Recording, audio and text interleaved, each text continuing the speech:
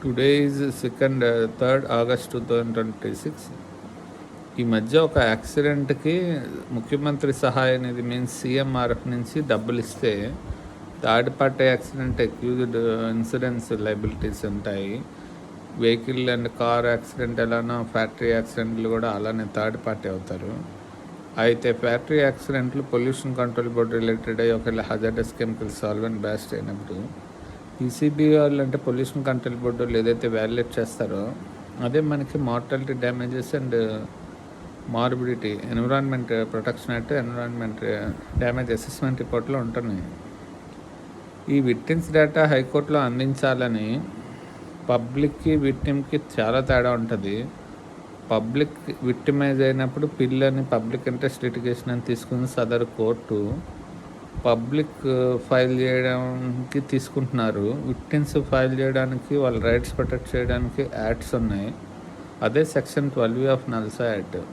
Paralegal volunteers అంటే medical and also that shelter rehabilitation అందుతున్నదా లేదా చూడడం అని పారాలీగల్ వాలంటీర్స్ ద్వారా అసిస్టెన్స్ ఇమ్మని హైకోర్టు ఆర్డర్ ఉన్నా సరే కూడా డిఎల్ఎస్ఏ వాళ్ళు పాటించి ఎస్సీ ఎల్ఎల్సీ వాళ్ళు కూడా పాటించినా కూడా ఏదైతే నేను నా సొంత ఉపయోగం కోసం ఏం చేయకుండా out of my own incomes నేను ఒక pen drive attached with registration bundles అంటే 1 kg అబవ్ డాక్యుమెంట్స్ ఈ ఇన్సూరెన్స్ క్లెయిమ్స్ ఏదైతే పబ్లిక్ ఇన్సూరెన్స్ లైబిలిటీ యాక్ట్ అని పెట్టున్నాడో వాల్యుయేషన్స్ ఆఫ్ ఎంఓఎఫ్ సిపిసిని నీరి వాళ్ళకి సబ్మిట్ చేద్దామని విక్టిమ్స్కి కంపల్సేట్ చేయాల్సిన పూర్తి బాధ్యత పరిశ్రమల మీద ఉంటున్నాయి.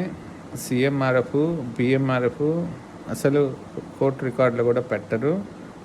దీని మీద ఆర్గ్యుమెంట్స్ అవసరమే ఉంటుంది. కేసు ఎందుకు మ్యానిపులేట్ చేశారు, డిఫరెంట్ కేటగిరీస్లో క్లాసిఫై చేసి ఎంతమంది ఉన్నా అయ్యే డబ్బులు ఇవ్వాల్సి ఉంటుంది కదా. సీఎంఆర్ఎఫ్ నుంచి మెడికల్ అసిస్టెన్స్ ఏదైతే ఇస్తారో స్కీమ్ నుంచి దాన్ని బేస్ చేసుకుని వెంటిలేటర్ దాకా డబ్బులు ఇవ్వమన్నా కూడా వెంటిలేటర్గా రెడ్యూస్ చేయడానికి కారణం కూడా అంటే నీకు క్యాన్సర్ ట్రీట్మెంట్ అయితే 14 లక్షలు 15 లక్షలు ఎల్ఓసి ఇస్తారు లైన్ సీఎంఆర్ఎఫ్. లేదు నీకు స్మాల్ స్కేల్ సర్జరీ అయితే 2-3 లక్షలు ఇస్తారు అసిస్టెన్స్ ఉందా రిలీఫ్ ఫండ్. అలానే దీన్ని కూడా అది వర్తింప చేసి రిలీఫ్ ఫండ్ నామ్స్ ప్రకారం సీఎంఆర్ఎఫ్ నామ్స్ ప్రకారం రకరకాల మెడికల్ కండిషన్లకి ఇచ్చాడు. అది CMRF irrespective of that payment from the relief fund head of the government. Shelter క్యాంప్లో ఉన్నాడు 10,000 ఇచ్చాడు, 5 రోజుల్లో షెల్టర్ క్యాంప్లో ఉన్నది. ఇచ్చినప్పుడు ఎల్జీ పాల్మర్ యాక్సిడెంట్ చేసిన కంపెనీ మీద ఏదైతే అబ్సల్యూట్ లయబిలిటీ ప్రిన్సిపల్ అంటే యాక్సిడెంట్కి కారణమైన కంపెనీ మీద పూర్తి బాధ్యత ఉంటుంది అన్న ఒక absolute liability principle. Polluter pays అంటే పరిశ్రమ ఏదైతే పొల్యూషన్ రిలీజ్ చేసి చావుకు కారణంగా మార్టాలిటీ డ్యామేజెస్ దానికి ట్రీట్మెంట్ ఎక్స్పెండిచర్ ఏదైతే విక్టిమ్స్ బేర్ చేసుకుంటున్నారో అది మార్బిడిటీ అని క్లాసిఫై చేసి చార్ట్స్ పబ్లిష్ చేసినా కూడా విక్టిమ్స్కి కంపల్సేట్ చేశారా పరిశ్రమ నుంచి అడగకుండా విక్టిమ్స్కి కంపల్సేట్ బాధ అనిపించి మీదే పెట్టినా కూడా ఇన్ని సంవత్సరాలు కేసు ఎలా పట్టుకుని విక్టిమ్స్కి న్యాయం చేయకుండా ట్రీట్మెంట్ పరిశ్రమ నుంచి ఇవ్వమని చెప్పకుండా government emergency care unconscious semi conscious ఉంటే అడ్మిట్ చేసి తెలుగులోకి రాగానే డిశ్చార్జ్ చేసి 10 మంది ఎక్స్పర్ట్స్ అయిన కేజీహెచ్ వైద్యులు రికమెండ్ చేసి సంతకాలు పెట్టి P V Sudhakar and principal hospital for monitoring and data analysis means health damage assessment కోసం పెట్టాల్సిన హాస్పిటల్కి ఫండింగ్ ఇవ్వకుండా ఈ ఎఫెక్టెడ్లో చనిపోయిన వాళ్ళ పరిస్థితి ఏంటి, ఇంజ్యూర్డ్ డిసీజ్డ్ ఎఫెక్టెడ్ కేటగరైజ్ చేయాలి కదా. డెడ్ బాడీస్ పిక్చర్స్కి వెళ్ళున్నాం, మరి తర్వాత చనిపోయిన వాళ్ళ పరిస్థితి ఏంటి, ఫుల్ ఫ్లెడ్జ్డ్ ట్రీట్మెంట్ ఫెసిలిటీస్ ఏర్పాటు చేయలేదు కదా. విక్టిమ్స్ సొంత ఖర్చులు పెట్టుకున్న ఆర్గాన్స్ డ్యామేజ్ అయ్యి డిశ్చార్జ్ అయినాక వాళ్ళు సొంత ఖర్చులు పెట్టుకున్న వాళ్ళు రికవర్ అయినారు కదా.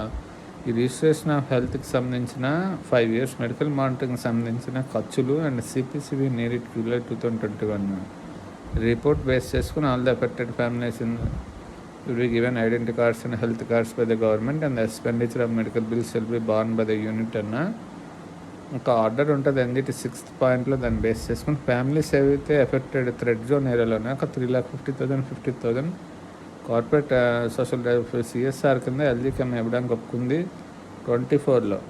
ఫ్యాక్ట్ ఏంటంటే ఇప్పుడు కూడా డెత్ క్లెయిమ్స్ అబ్సల్యూట్ లయబిలిటీస్ ముఖ్యమంత్రి సహాయ నిధి నుంచి వచ్చినాయి కాబట్టి ఎల్జీ పాల్మర్ నుంచి రావాల్సి ఉంటాయి.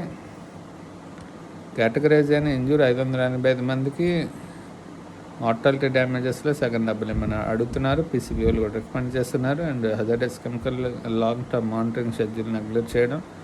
తర్వాత వాళ్ళకి ఇమ్మంటున్నారు. ఎఫెక్టెడ్కి టువర్డ్స్ హెల్త్ డ్యామేజ్ 10,000 మంది మానిటరింగ్ పుస్తకాలు ఎవరైతే ఇచ్చారో ఇండివిజువల్ 1 lakh చెప్పినమంటున్నారు. ఈ ఏరియాలో జరిగిన ప్రాపర్టీ డ్యామేజ్, ఎవాక్యులేట్ అయిన బ్రేక్ చేసిన డోర్స్, పాడైన ఇండోర్ గూడ్స్ ఇవి కూడా గవర్నమెంట్ రిలీఫ్ ఫండ్ నుంచి కాంపన్సేట్మెంట్స్ మాకు డబ్బులు ఇవ్వడానికి జరగలేదు.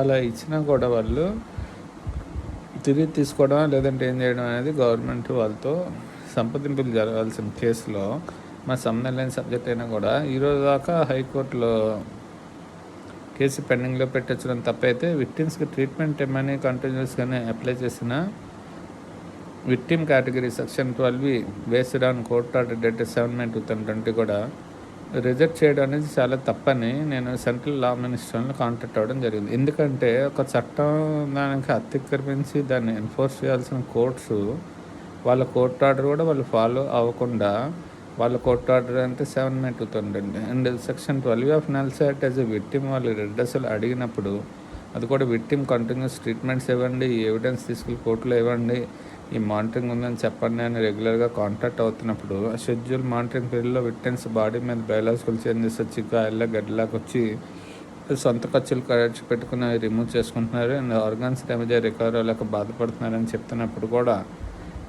వాళ్ళు విక్టిమ్కి అండ్ పబ్లిక్కి తేడా తెలియకుండా పబ్లిక్ ఇంట్రెస్ట్ అని వాళ్ళు తీసుకుని కాన్స్టిట్యూషన్ రైట్స్ అంటే వైలేట్ అయిన ఎల్జీ పాల్మర్స్ని ప్రొటెక్ట్ చేస్తూనే ఈరోజు దాకా జస్టిస్ రిలే అవ్వడానికి డినై అయిన కేసులో నేను ఒక బాధితుడిని చెప్పడానికి బాధపడుతున్నాను. జై హింద్.